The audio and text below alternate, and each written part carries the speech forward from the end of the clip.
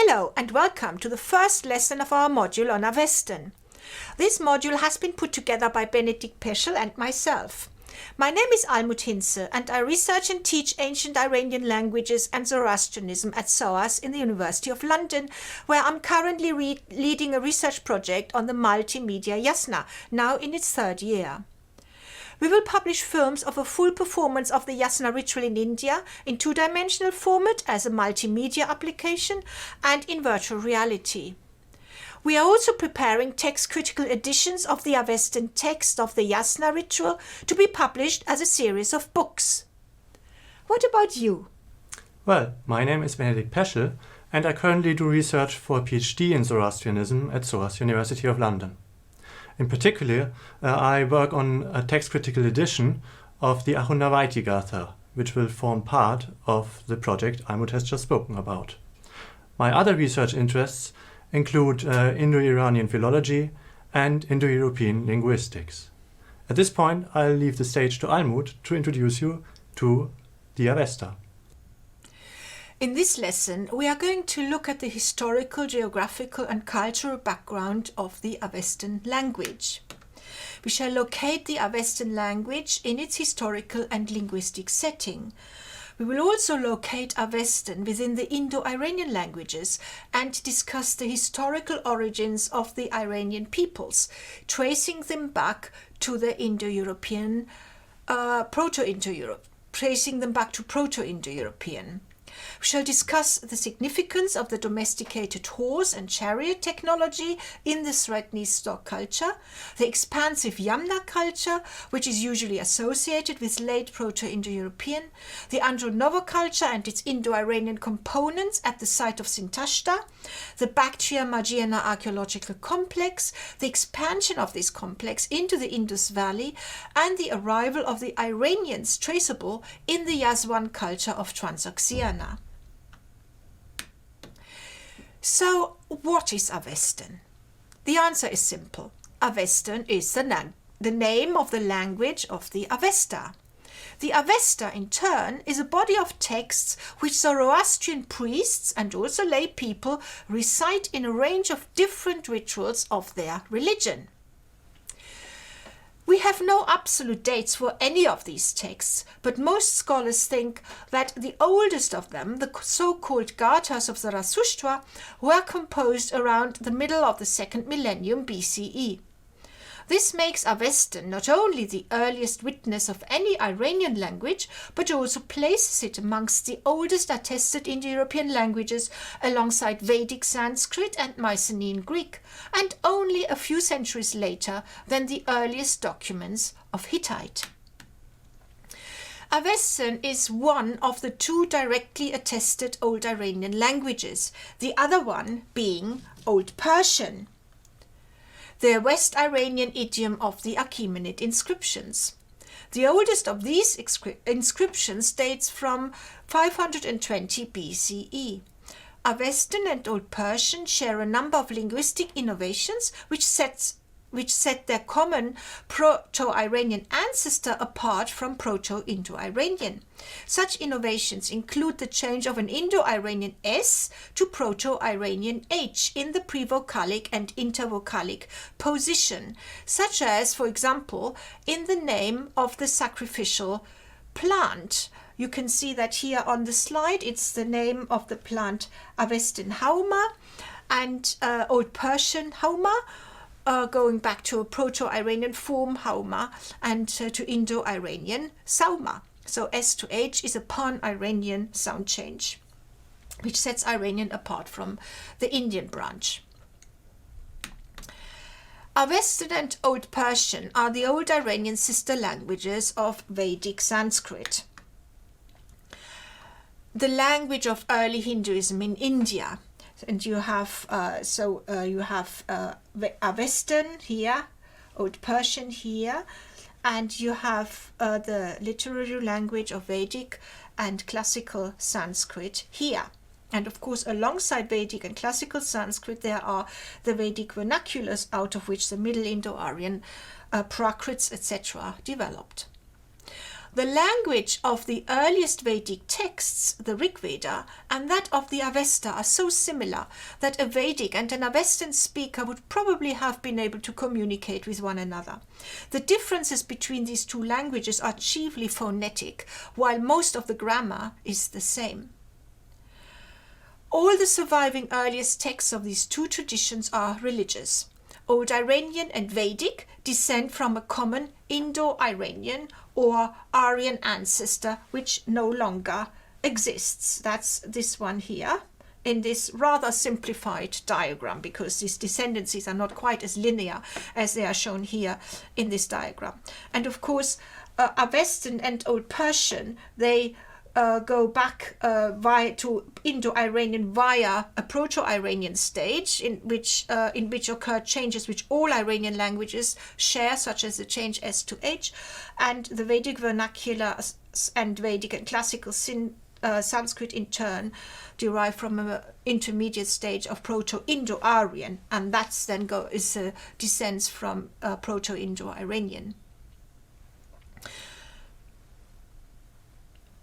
We refer to Indo-Iranian as the Aryan or Aryan as the common ancestor, and then we talk about Proto-Indo-Aryan, of Indo-Iranian as spoken in India, and Iranian, Proto-Iranian as the Indo-Aryan language the Indo-Iranian language spoken in Iran. Presumably during the 3rd millennium BCE, Indo-Iranian tribes must have formed a people sharing a common economic and social system. They also had a common religion and language, which they used to communicate both with one another and with their gods. Scholars reconstruct this common prehistoric Indo-Iranian language on the basis of systematic correspondences between Vedic and Old Iranian words. Such correspondences are found not only in ordinary words and phrases, but also in technical terms for religious concepts, thus pointing to a shared value system. For example, the Avestan and Vedic words for the sacrificial plant are etymologically related and descend from a common prehistoric Indo-Iranian ancestor. So here we are back to our sacrificial plant, hauma, which we have derived the Avestan and Old Persian terms from a Proto-Iranian form. So this is the form hauma, Proto-Iranian, and Vedic soma, with the S preserved, but the ao having become a monophthong o, and both forms descend from a common Indo-Iranian ancestor, Sauma. That means they had this concept of the sacrificial plant used in the ritual, and we can actually show this also in the historical text, because the Soma plant plays a significant role in our earliest Vedic texts, and the Hauma plant plays a very important role in the Avestan ritual. So we can be pretty sure that this Sauma plant was already significant during the common Indo-Iranian period in the Indo-Iranian ritual. In both Old Iranian and Vedic, we also find expressions for abstract concepts, often personified as deities, for which we can reconstruct a common Indo-Iranian ancestor. For example, the word right-mindedness is Armaiti in Avestan, this one here, and it is Aramati in Vedic. Apart from the unetymological long A at the beginning of the Avestan word, both terms go back to an Indo-Iranian word, aramati, whose literal meaning is something like conform or correct thinking, as you can see it here. So again, this means that this concept of aramati, correct thinking, must have been significant already in the common Indo-Iranian period, and it's an inherited concept. On the basis of such regular linguistic correspondences between the oldest witnesses of Iranian and Indo-Aryan, we postulate that in prehistoric times there was not only an Indo-Iranian language, but also an Indo-Iranian people who spoke this common language, from which both Old Iranian and Vedic derive. They form part of the family of Indo-European languages, which in their early distribution stretch from Western Europe to the borders of China. Locating the Indo-Iranian people in space and time and tracing the trail of their migrations takes us from into the interdisciplinary field of linguistics and prehistoric archaeology. However, correlating reconstructed linguistic data with historical material culture is bound to be uncomfortably hypothetical because, as Karl Hoffmann once put it, pots don't speak. Although we do have some evidence from the 2nd and even 3rd millennium BCE for the use of writing in both Greater Iran and in the Indus Valley, neither has to date been deciphered, and the language of these texts in all probability is non-Indo-European anyway. On the basis of linguistic evidence, we postulate that there was an Indo-Iranian people in the 3rd and 2nd millennium BCE, and that these Indo-Iranian speakers in turn are a branch of the Indo-European peoples.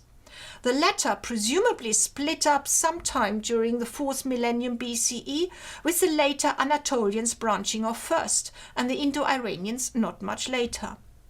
Without going into details of the debate about the location of the so-called homeland of the Indo-Europeans, we assume with most Indo-Europeanists that it was in the area north of the Black and the Caspian Seas, where the most likely candidate for early Indo-European is the Sredny Stok culture located on the eastern bank of the Dnieper River in what is today Ukraine, where it flourished between 4500 and 3500 BCE.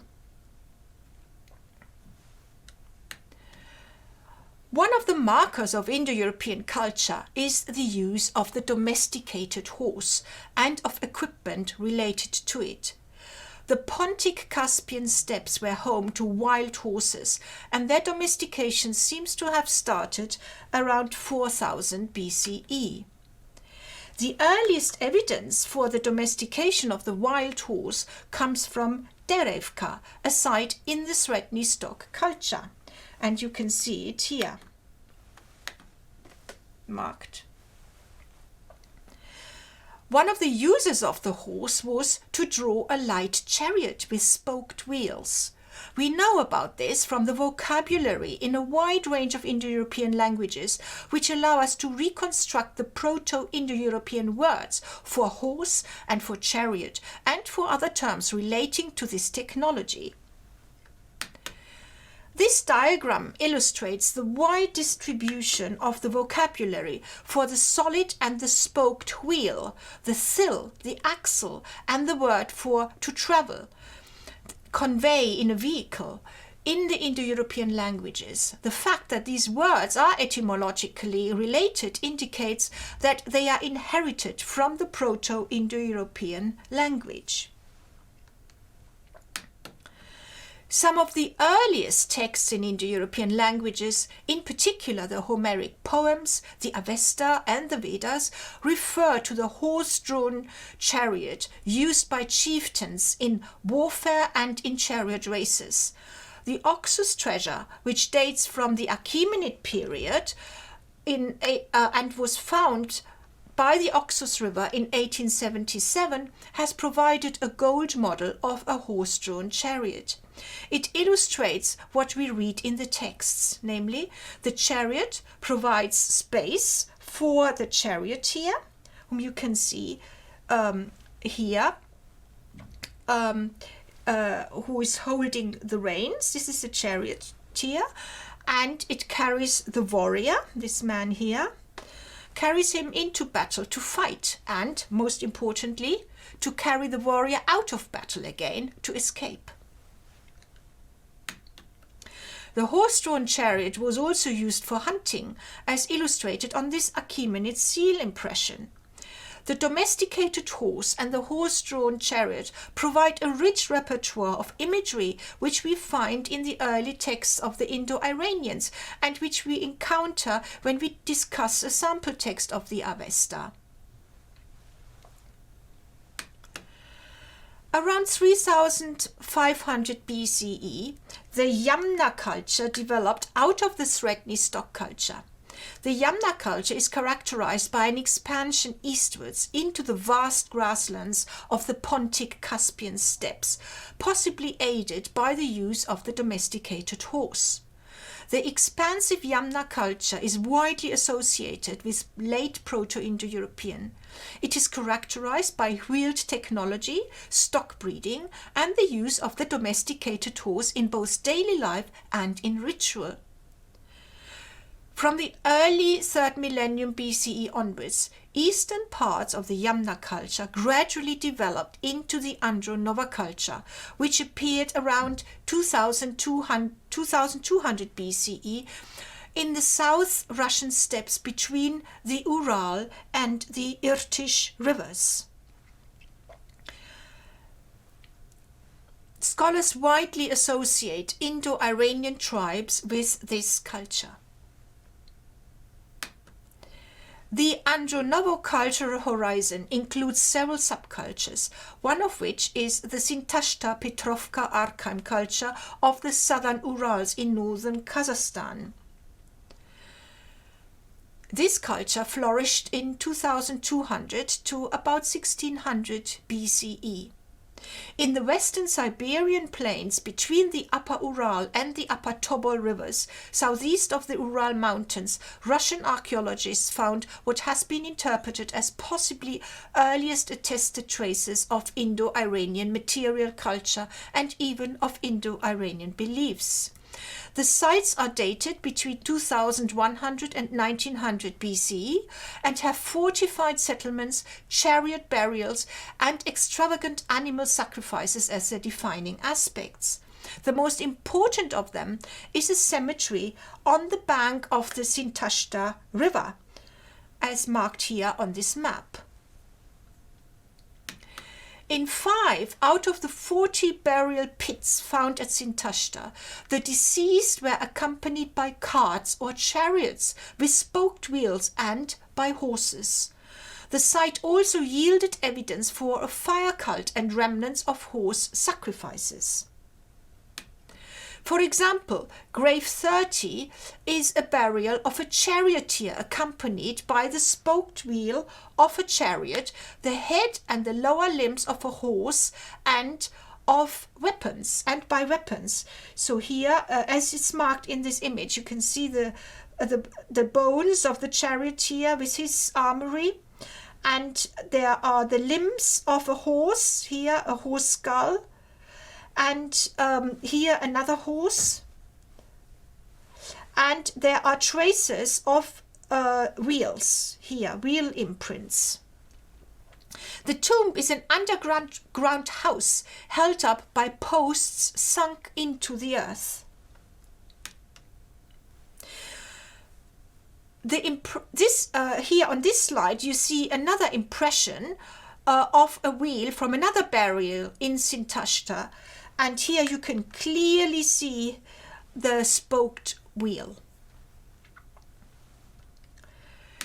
The technology of the horse-drawn chariot spread all over Eurasia, as shown here on this map, and this area here is where it started, and you can see how it expanded over time and wide into Europe and into Asia up to China.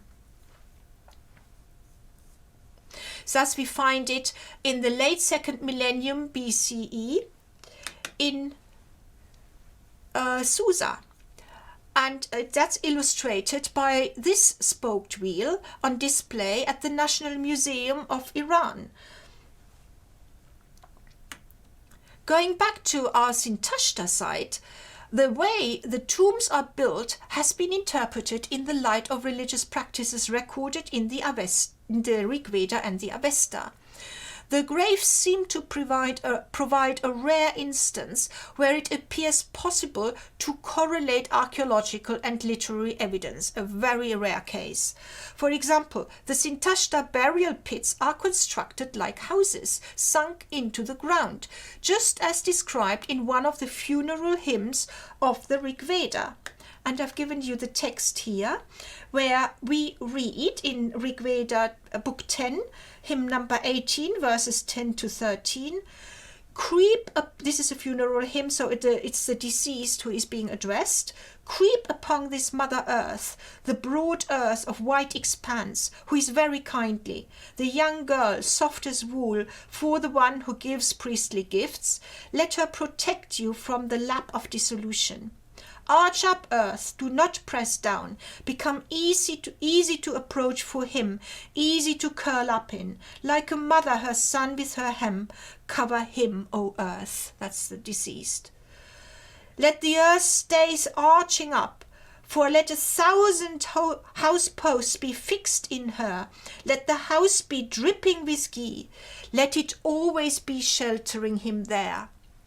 I prop up the earth from you, setting down this earth clod here. Let me not be harmed. Let the forefathers uphold this pillar for you. There let Yama fix your seats.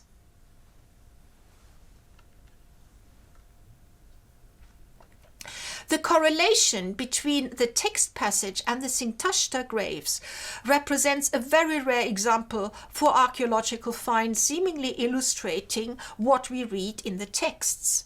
Andronovo material culture is also found further south in the oasis culture of Central Asia.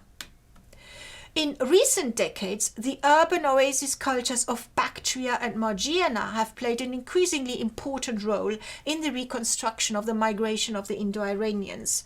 This culture dates from around 2200 to 1700 BCE and is referred to as Bactria-Margiana Archaeological Complex, or BMAC. The puzzle is that Andronovo material is found in the BMAC, but no or only very little Andronovo material is found south of the BMAC in Iran or India, where instead BMAC material is found. Professor James Mallory has therefore suggested that Proto-Indo-Iranian tribes moved from the steppes southwards into the BMAC in the late 3rd millennium BCE and underwent a process of acculturation in the area, passing, as it were, through the membrane of the BMAC, which changed Indo-Iranian Andronovo material culture. There, they also made contact with the Indus civilization, whose northernmost outpost was Shortugai on the banks of the Oxus River, here.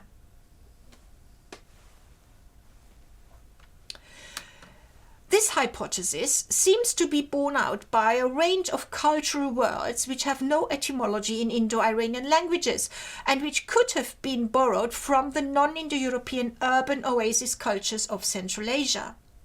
Such words include the words for brick in Vedic Ishtaka, Avestan Ishtia, Old Persian Ishti, from a Central Asian word Isht, and the word for camel, Vedic Ushtra, and Avestan Ushtra.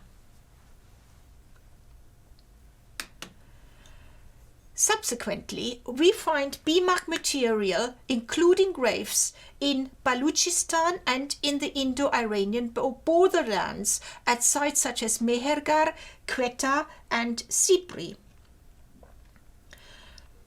So Mehergar, Sipri is here, Mehergar is here, Quetta is here. And then south here in Baluchistan, in the southern areas of Iran.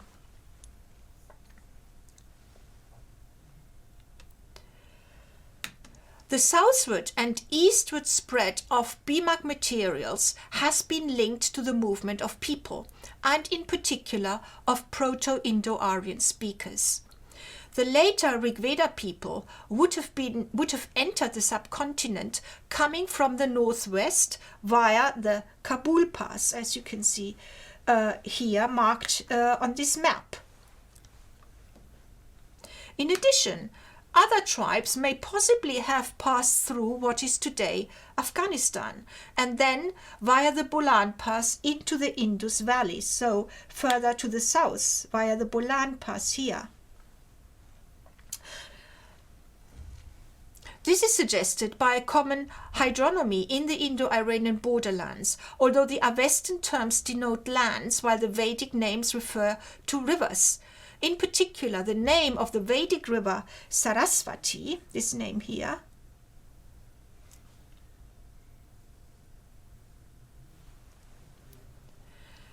corresponds to the Avestan name of the land Harakhvaiti, here, which is Arachosia.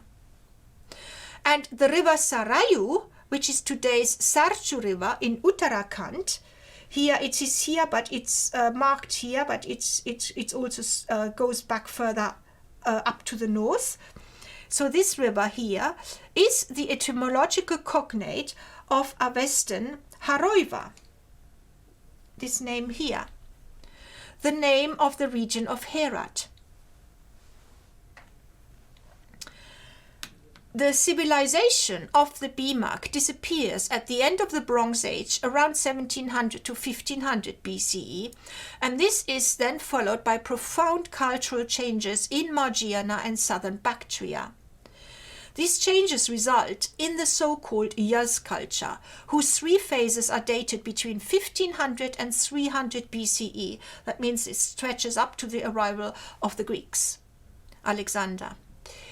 It is characterized by steppe-derived metallurgy and by handmade pottery. The Yaz culture of Bactria and Margiana has been linked to the migration of specifically Iranian tribes. The almost complete absence of burials until the arrival of the Greeks in the Hellenistic period in the area has led scholars to refer to the Yaz culture as a sine sepulchro cultural complex of Transoxiana, and to the assumption that exposure rather than burial was practiced. That excavation was practiced in the area is confirmed by seals showing such scenes. The one which you can see here comes from Bactria and from a Bimak site located near Merv. Disposal of the dead by exposure is of course observed in several civilizations. However, it cannot be denied that we seem to find the practice here in Transoxiana exactly at the time and at the place where we expect Iranian peoples to have made an appearance.